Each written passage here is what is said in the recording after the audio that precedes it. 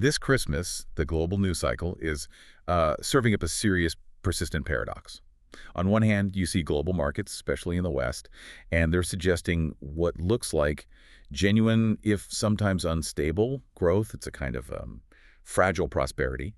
But then you look beneath that surface, and the deeper reality is the expansion of long-term, low-intensity hybrid warfare that is consuming the East, and now, well, it's targeting Europe's infrastructure. That tension is exactly what we need to focus on. We're looking at a moment where the functional boundary between old school kinetic conflict tanks and missiles and modern information and economic warfare has just fundamentally dissolved. This creates a volatile but critically managed global state we've been calling controlled disorder. Controlled disorder. That sounds terrifying. Are we talking about a new Cold War where the lines are drawn not in sand, but in what, silicon and trade flows? Specifically, who's doing the controlling here? Well, it's not about a single global controller. The control part refers to the collective decision by major powers to operate consistently below the nuclear or, the Article 5 threshold. It's a managed chaos where strategic competitors, whether that's Russia, China, or others, they use tools like cyberattacks, economic sanctions, and psychological opsol, all designed to inflict maximum pain and instability, but to stop just short of triggering a catastrophic, all-out conventional response. Understood. So a high-stakes pressure cooker, but with the lid kept on, for now. This is Neural Pulse. Let's analyze. We should begin where this hybrid warfare is most visible. The Ukrainian border. Even during the holidays, the data shows continued high-pressure activity. We are seeing small, recurring, but highly visible cross-border attacks in the northern border areas, Sumy and Kharkiv oblasts. And at the same time, our source material concerns significant troop restructuring. For instance, the 336th Naval Infantry Brigade is being retooled into 120th Naval Infantry Division. And what's fascinating here is that the intent behind all this maneuvering is clearly not a massive, full-scale invasion of the North. I mean, that would require a far more visible logistical buildup.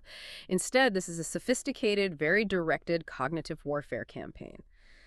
The goal is simple. Create the illusion of a crumbling front line for Western policymakers and, crucially, for the Ukrainian populace itself.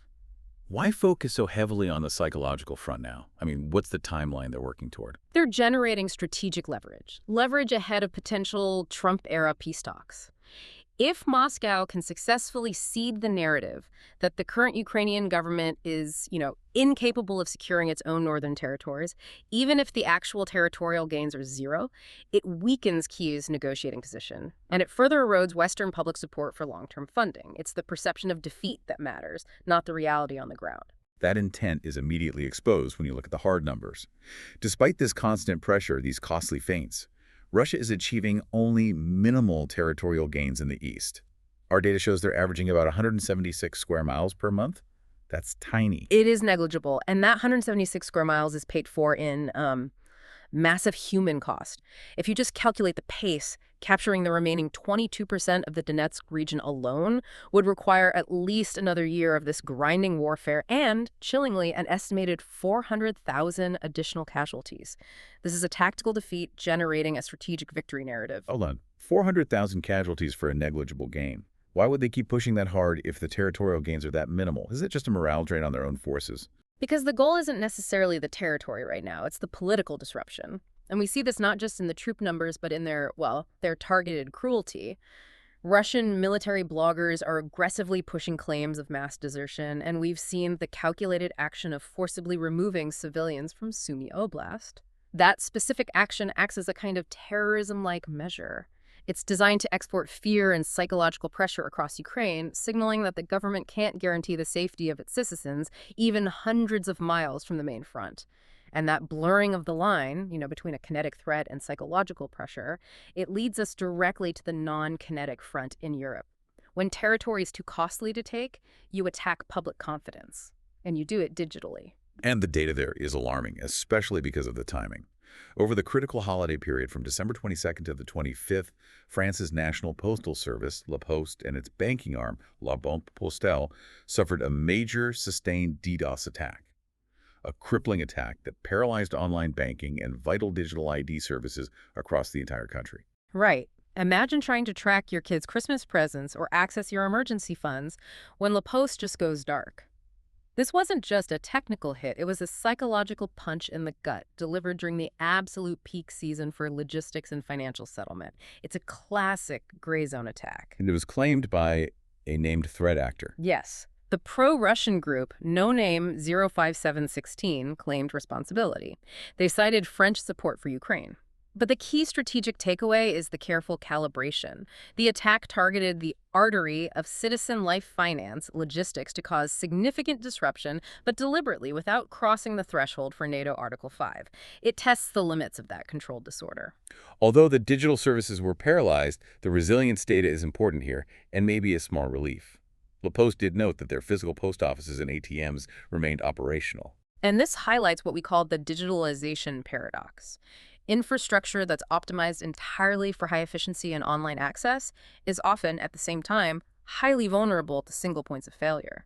Conversely, the fact that the physical analog backup, the actual post office, the physical ATM network, that it remained functional, proves there's an unexpected resilience built into older systems. But you mentioned this shouldn't provide too much comfort, so where is the more alarming vector? We saw concurrent targeting of multiple critical infrastructure targets in France. Metro systems, tram lines, the EDF utility portal. That level of simultaneous attack suggests this is moving beyond simple DDoS, which just, floods the network. They appear to be actively probing for vulnerabilities against OT operational technology control systems. Okay, so for our listeners, what is the difference between attacking a website and attacking operational technology? Well, attacking a website just makes it inconvenient. It paralyzes transactions. Attacking OT means disrupting the systems that actually run the physical world. The stoplights, the metro train switches, the pressure valves and power plants. If they can move from knocking out a banking portal to interfering with actual energy distribution or public transit control, the level of strategic threat escalates dramatically. It moves from being a nuisance to, frankly, an existential risk. That shift from physical infrastructure to digital infrastructure as a weapon. Yeah. It parallels the structural shifts in global trade. It leads us directly to China's efforts to immunize its economy through these aggressive dual circulation moves. Essentially, China is trying to build a fortress around its economy. Let's examine China's recent defensive measures, which are complex. On December 18th, they activated the Hainan Free Trade Port customs closure. This created a unique inside the country, outside the customs zone. Zero tariffs on over 6,600 items for the world market. That's what they're calling the first line. Right. And if we connect this to the bigger picture, these two measures, Hainan and the simultaneous move on rare earths, are major defensive walls in Xi Jinping's dual circulation strategy. Hainan functions as a meticulously managed airlock. It allows controlled foreign consumption and foreign investment through that low-tariff first line. And what about the mainland itself, the second line? Is that a mechanism to protect Chinese businesses from the cheaper foreign competition flowing through that airlock? Precisely. The second line maintains tariffs and regulations to prevent disruptive, unwanted foreign elements or, too much cheap product from flooding the mainland market and displacing their local producers. It's protectionism masked as openness. And at the same time, Beijing's Ministry of Commerce has tightened export controls on key, heavy rare earths, specifically dysprosium. That's just pure resource nationalism. Dysprosium is critical for high-end tech. We're talking EV motors, guided munitions, advanced defense systems. Absolutely. It's weaponizing materials. This is not about economics. It's about strategic leverage in an era of, heightened great power competition. They are signaling that access to these essential components is now conditional on geopolitical alignment. And they seem to need this external economic fortress because domestically, the pressure is very real.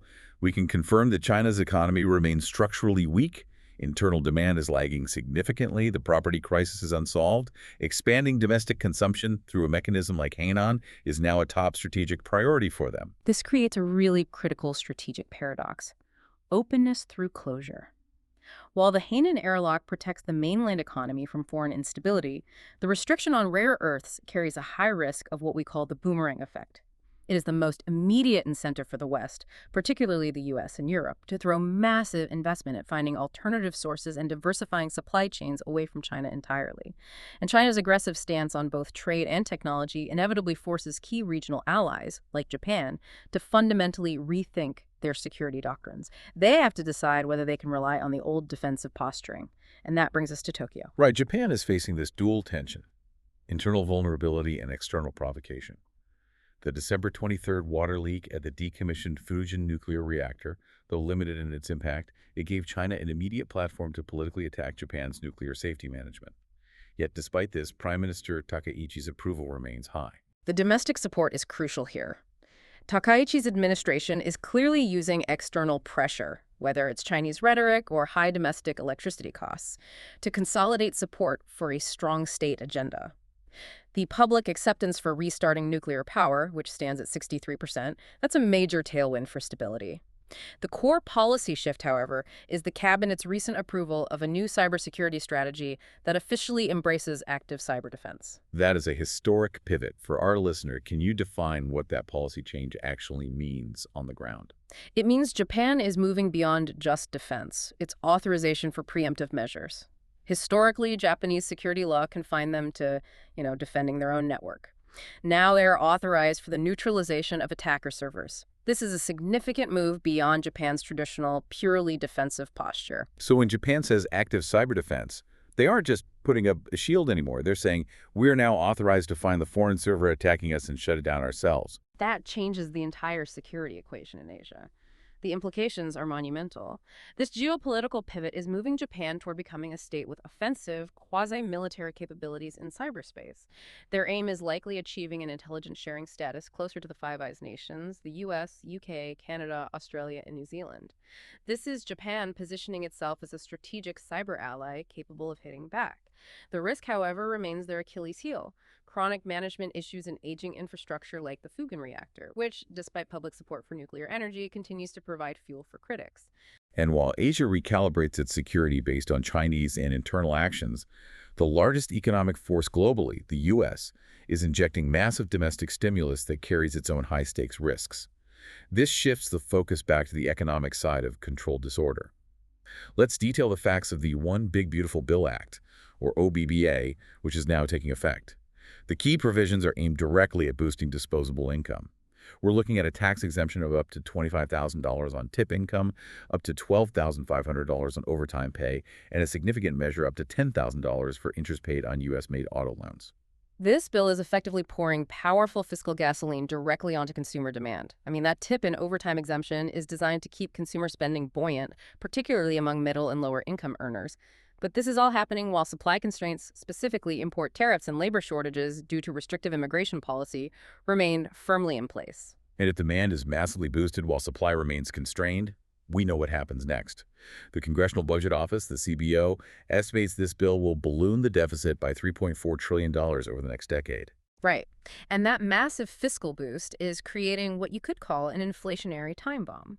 Deloitte projects that due to these demand-side factors, the Consumer Price Index, the CPI, inflation rate, will reaccelerate to 3.1% in 2026. This is a direct consequence of policy fighting against structural realities. I see the market paradox there. The policy is designed for short-term political benefit, economic stimulus, but the long-term structural risk is just baked right in. Exactly. Look specifically at the auto loan deduction. It artificially props up a sector that is already seeing rising delinquency rates. We are already talking about a high-risk environment, and this specific deduction acts as an accelerant. It could potentially lay the groundwork for a future subprime auto loan crisis, similar to what we saw in 2008, but contained within the auto sector. And the eventual fiscal cliff, when these massive temporary tax measures expire in 2028, is not a distant possibility. It's a guaranteed political flashpoint that markets will have to price in long before it arrives. So, to bring this all together, we've seen cognitive warfare replacing large offensives in Ukraine, digital terrorism targeting European logistics, the weaponization of trade by China, a major security pivot in Japan, and a massive fiscal stimulus pushing the U.S. toward inflationary pressure. What's fascinating here is how interconnected and synchronized these actions are. The global state remains one of controlled disorder. Conflicts are consistently managed below the nuclear threshold, yes, but systemic economic and security norms, the basic rules of the road, are eroding rapidly in their place. Every major actor is simultaneously playing offense and defense. So I think the major paradox for 2026 is that as the world fragments into competing economic blocks and specialized cyber domains, the only remaining universal constant might just be the synchronized volatility driven by fast, nervous money. This reliance on immediate policy guarantees rather than genuine structural stability leaves markets acutely vulnerable to shocks. We've seen it in the recent Bitcoin flash crash and the broader market's dependency on central bank intervention. Neural pulse. Clarity in a complex world. See you tomorrow.